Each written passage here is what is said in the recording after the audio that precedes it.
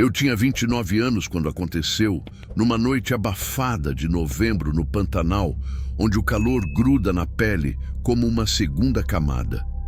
Meu nome é Lucas e eu trabalhava como guia turístico, levando gringos para verem o lado selvagem do Rio Paraguai. Jacarés brilhando na lanterna, capivaras fugindo para o mato e aquele céu tão cheio de estrelas que parece que você pode tocar. Morava numa casa de madeira, levantada em palafitas para escapar da cheia, a uns 20 metros da margem do rio. Minha avó, que nasceu e morreu ali, dizia que o Paraguai não era só água, era um guardião, um contador de histórias mais velhas que os homens. Eu respeitava o rio, mas nunca pensei que ele me escolheria para ouvir uma delas. Naquela noite, eu voltava de um passeio com um grupo de turistas ingleses, daqueles que gritam com cada pássaro que voa. Era quase meia-noite e o barco deslizava lento na água preta, o motor tossindo de leve. Despedi os gringos no pier da pousada, guardei os coletes salva-vidas e os remos e peguei minha caminhonete para casa. A estrada de terra, ladeada por capim alto e árvores tortas, parecia mais estreita sob a luz da lua cheia, que tinha um tom estranho, meio arroxeado, como se o céu estivesse com febre. Liguei o rádio para espantar o vazio, mas só vinha chiado, um zumbido que parecia rir de mim. Cheguei em casa, o corpo pesado de cansaço, a varanda rangia sob minhas botas e o cheiro de lama e peixe subia do rio. Fui tomar um banho para tirar o suor, mas enquanto a água caía, ouvi algo que me fez fechar a torneira na hora. Um assobio baixo, longo, como alguém chamando um bicho. Não era sapo, não era coruja, era humano, ou pelo menos queria parecer. Meu coração deu um salto e eu fiquei parado, a água pingando no chão de cimento. O Pantanal é uma orquestra à noite, mas aquele som cortava tudo, como uma faca no silêncio. Peguei uma lanterna e saí na varanda, o ar quente pesando nos pulmões. A margem do rio ficava escondida por tábuas altas, balançando como se sussurrassem entre si. Apontei a luz, que tremia na minha mão, mas só vi plantas e a água brilhando sob a lua. "Quem tá aí?" gritei, a voz ecoando e morrendo rápido. O assobio parou, mas o silêncio que veio depois era pior, denso, como se algo me observasse. Pensei em pescadores, talvez ladrões querendo meu barco, que ficava amarrado num tronco velho. Peguei a faca que guardava na gaveta da cozinha, uma lâmina de 20 centímetros que já cortou corda e couro de jacaré, e caminhei até a beira do rio. A água estava lisa, um espelho negro refletindo a lua roxa. O cheiro de podre me acertou como um tapa, doce, enjoativo, como carne esquecida no sol. Olhei para o chão e vi pegadas na lama, pequenas do tamanho de um pé de criança, saindo da água e indo para o capim onde sumiam. Meu estômago virou gelo. Criança nenhuma andaria sozinha ali, a quilômetros da vila mais próxima. A lanterna varreu o mato, mas não havia nada além de sombras dançando. Voltei para casa, o coração batendo nos ouvidos, e tranquei a porta, algo que eu nunca fazia no Pantanal. Tentei dormir, mas o assobio voltou, agora mais perto, como se viesse da varanda. Era insistente, quase uma canção, e me peguei lembrando das histórias da minha avó. Ela falava da menina do rio, uma alma afogada que chamava os vivos para fazer companhia na água. "Nunca responde, Lucas." Ela dizia, os olhos fundos. "Se responder, ela te leva." Sacudi a cabeça tentando rir do medo, mas o som não parava. Peguei a faca de novo e fiquei de olho na janela, a cortina fina balançando com uma brisa que eu não sentia. Por volta das 3 da manhã, vi uma sombra passar do lado de fora, pequena, curvada, como se tentasse não fazer barulho. Levantei num pulo, a lanterna na mão, e corri para a varanda. Nada, só o rio quieto e aquele cheiro podre mais forte grudando na garganta. Voltei para dentro, mas agora o assobio vinha com palavras baixas, arrastadas. Vem comigo." Meu sangue gelou. Corri para a janela e vi, na margem, uma figura pequena de vestido rasgado, o cabelo molhado cobrindo o rosto. Ela não se movia, só apontava para o rio com uma mão pálida, os dedos tortos como galhos secos. Gritei para ir embora, mas minha voz saiu fraca, como se o ar tivesse virado lama. Apaguei as luzes e me tranquei no quarto, segurando a faca tão forte que os nós dos dedos doíam. Passos começaram, leves, molhados, circulando a casa. A porta rangeu, mesmo com a tranca, e o cheiro podre invadiu tudo, como se a menina estivesse dentro. Peguei o terço que minha mãe deixou pendurado na parede, uma relíquia de miçangas desbotadas, e rezei, coisa que não fazia desde os 15 anos. Os passos pararam perto do amanhecer, e o silêncio voltou, mas não era tranquilo. Era vazio, como se o rio tivesse engolido o mundo. Quando o sol subiu, saí para checar a margem. Encontrei um pano molhado no pier, enrolado na corda do barco. Um pedaço de vestido, velho, com manchas escuras que pareciam sangue seco. Joguei no rio, o coração acelerado, mas a água parecia me olhar de volta. Fui até a vila, uns 5 quilômetros dali, para falar com Dona Clara, uma rezadeira que todo mundo respeitava. Contei tudo, e ela fez o sinal da cruz, o rosto enrugado, ficando sério. "É a menina do rio", ela disse. "Morreu faz décadas, afogada numa cheia. Ela chama quem está sozinho. Não olha para ela, menino, e nunca responde." Perguntei quem era a menina, mas Dona Clara só me deu um terço novo e mandou pendurar na porta. Voltei para casa, o terço na mão, mas o medo já tinha feito morada. Na noite seguinte, tranquei tudo e rezei de novo, a voz tremendo. O assobio voltou, mais alto, quase um lamento, e os passos circularam a casa outra vez. Vi a sombra na janela, agora mais clara. Uma menina, o vestido pingando, os olhos escondidos pelo cabelo. Ela bateu no vidro, leve, como se pedisse para entrar. Não respondi, mas senti uma vontade louca de abrir a porta, como se ela puxasse minha mente. Fechei os olhos e fiquei assim até o sol nascer. No dia seguinte achei o terço no chão, as contas partidas, como se alguém tivesse pisado. Não aguentei mais. Peguei minhas coisas e me mudei para a vila, onde o rio não sussurra tão alto, mas o Pantanal não deixa você escapar. Toda noite, quando passo perto do Paraguai, ouço o assobio baixo me chamando, e às vezes, na água, vejo um reflexo que não é o meu. Uma menina, de olhos vazios, esperando que eu diga sim. Nunca vou responder. Mas e se um dia eu não resistir?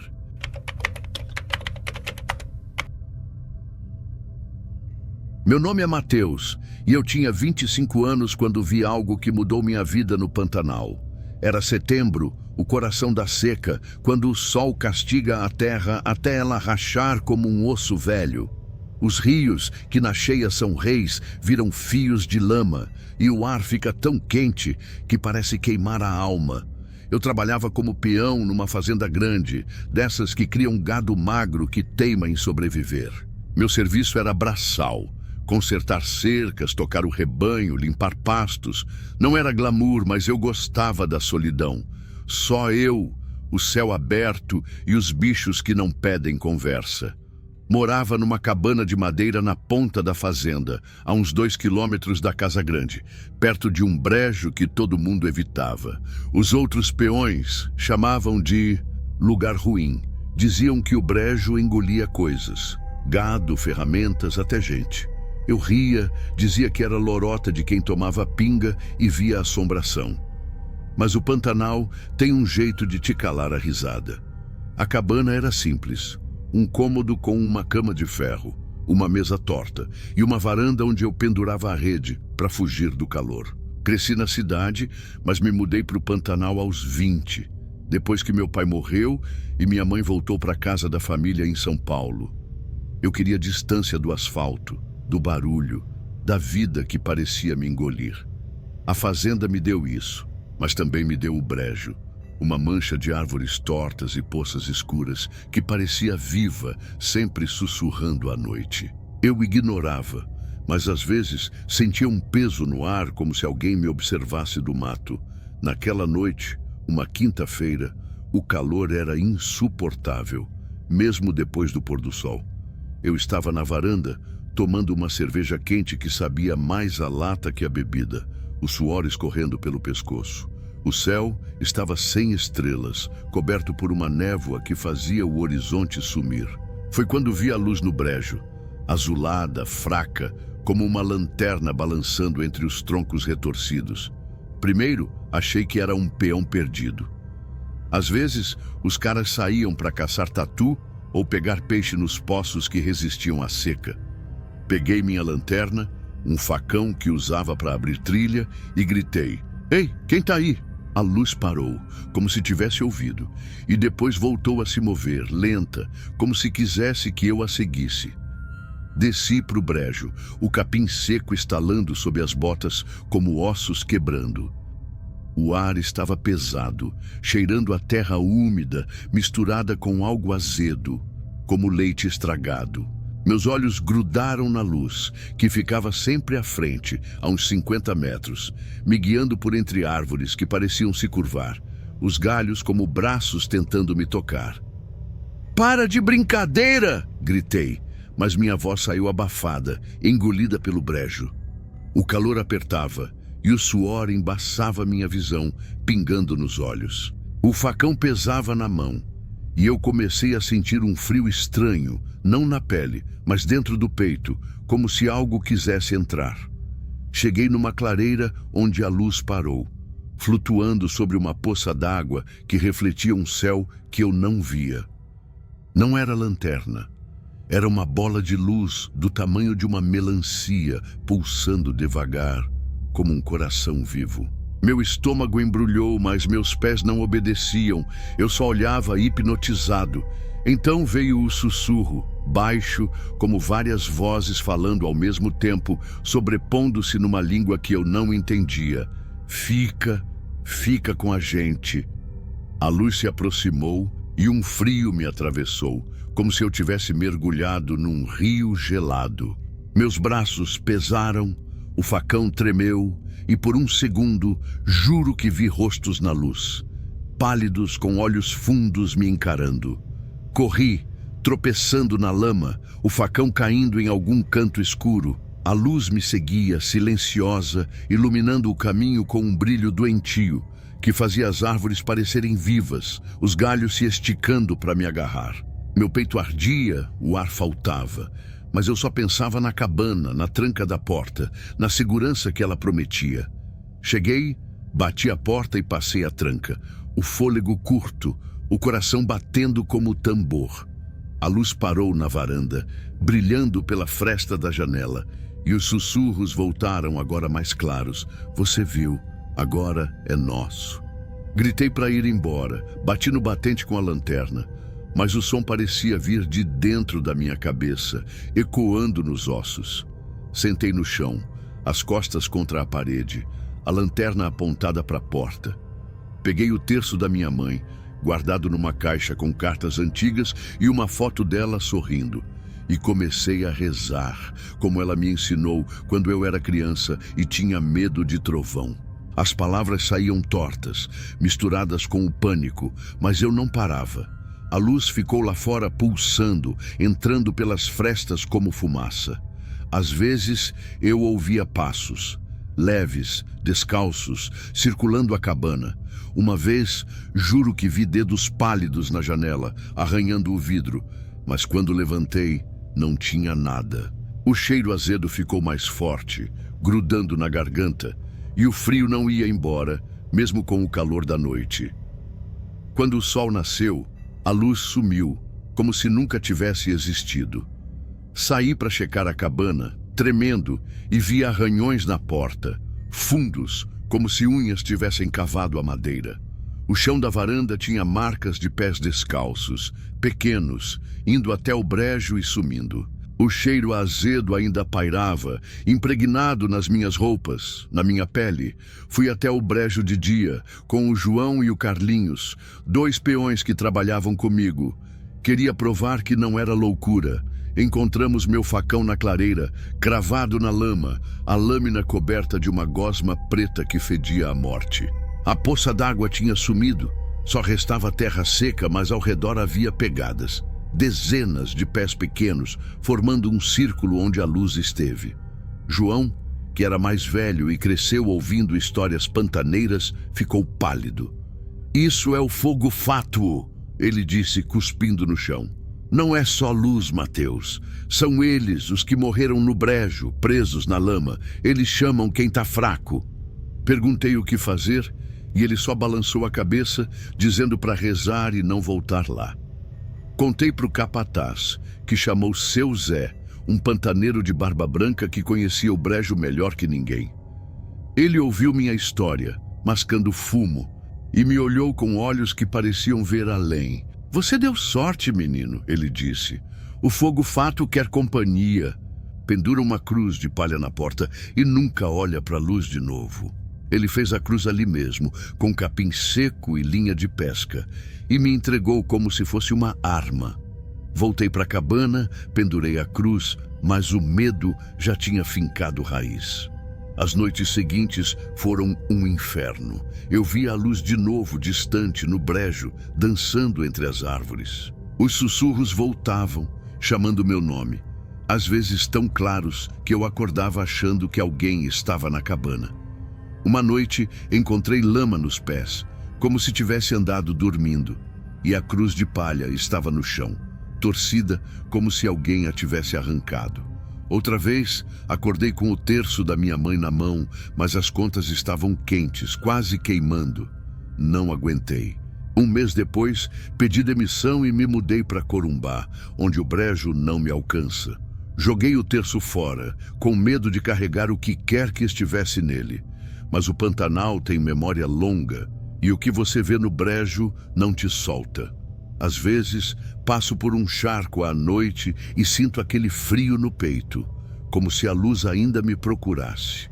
Ouço sussurros no vento, rostos pálidos piscando na minha mente. E juro que numa noite sem lua, vi a luz azulada na esquina da rua, pulsando, esperando que eu siga. Não sigo. Mas e se um dia meus pés andarem sozinhos?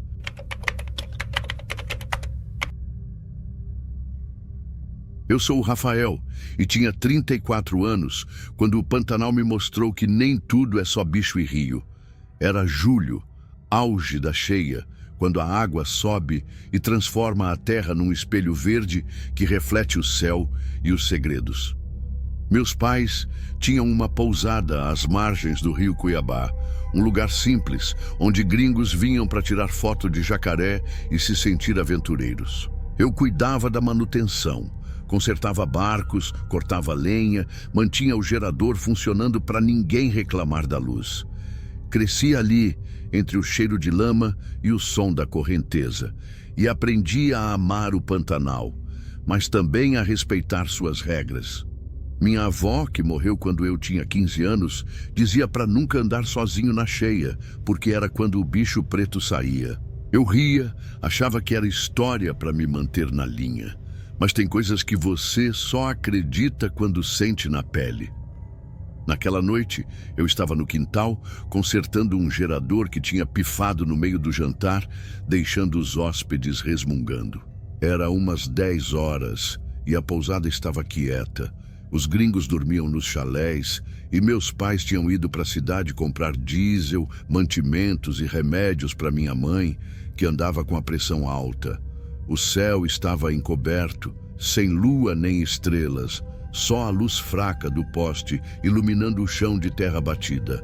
O calor grudava a camisa nas costas e os mosquitos zumbiam como se cantassem um hino ruim.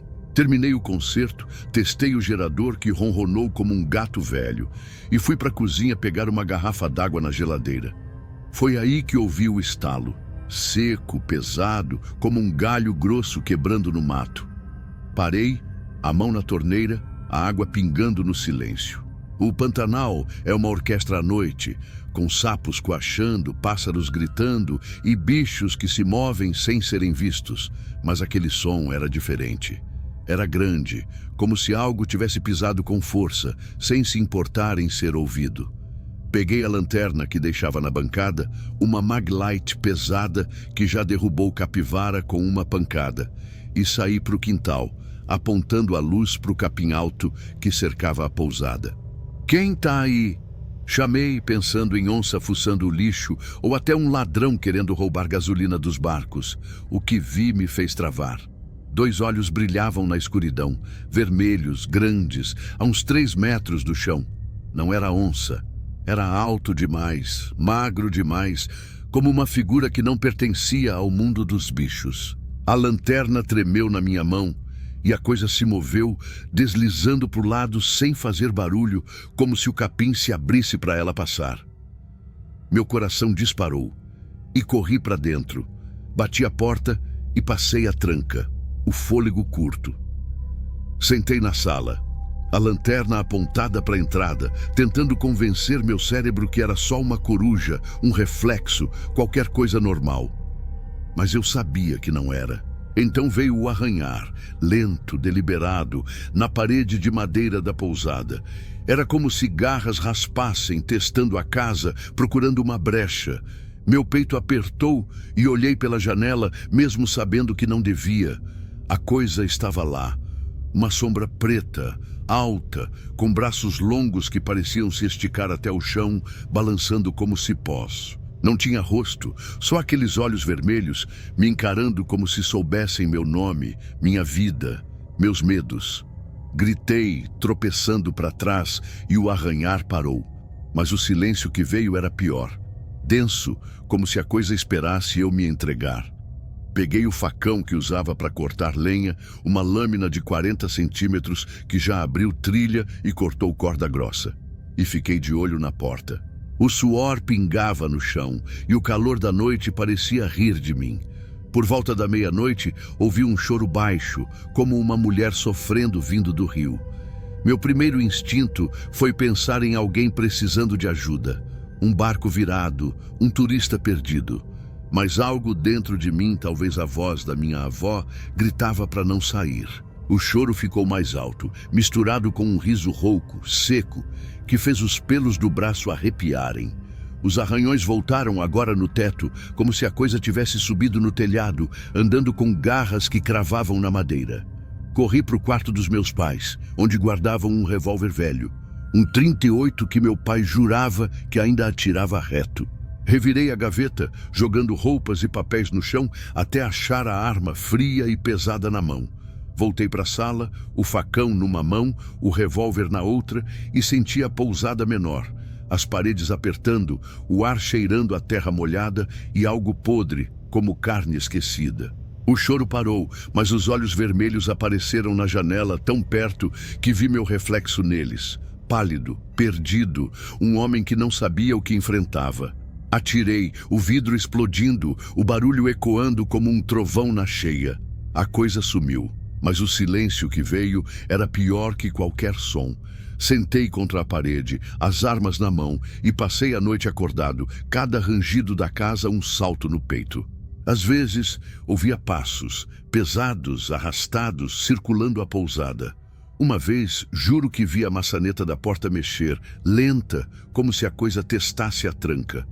Rezei, coisa que não fazia desde a morte da minha avó, pedindo para sobreviver até o amanhecer. Quando o sol nasceu, saí para ver o estrago, tremendo como vara verde.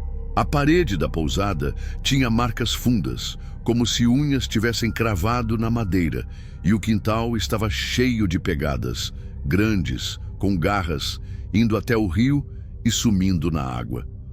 O vidro quebrado brilhava no chão, mas não havia sangue, nem sinal da coisa. Contei para os meus pais quando voltaram, e minha mãe ficou branca como cera. "É o bicho preto", ela disse, a voz tremendo. Meu avô falava dele. "Vem na cheia, procurando quem está sozinho. Você olhou nos olhos, Rafael?"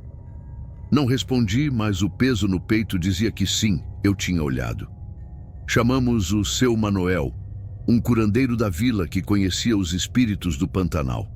Ele veio com um saco de ervas, defumou a pousada com fumaça que ardia nos olhos e rezou em tupi, palavras que pareciam mais antigas que o rio.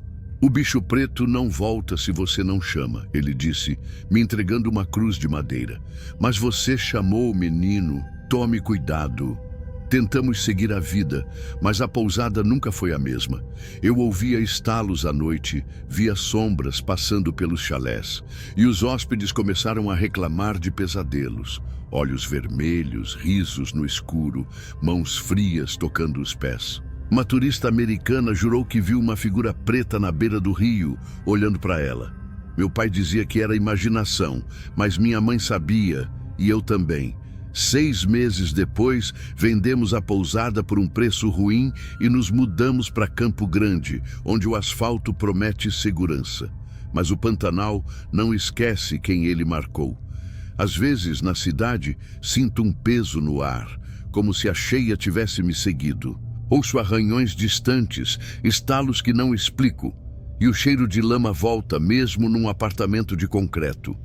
Toda noite de julho, quando o céu fica pesado, vejo aqueles olhos vermelhos no escuro, brilhando na janela, no espelho, na minha mente. Tento não olhar, mas eles estão lá, esperando que eu volte pro rio, pro Pantanal, pro bicho preto que agora sabe quem eu sou. E se um dia ele vier me buscar, já sentiu o Pantanal te chamar? Conta nos comentários sua história assustadora. Mas cuidado, o rio escuta.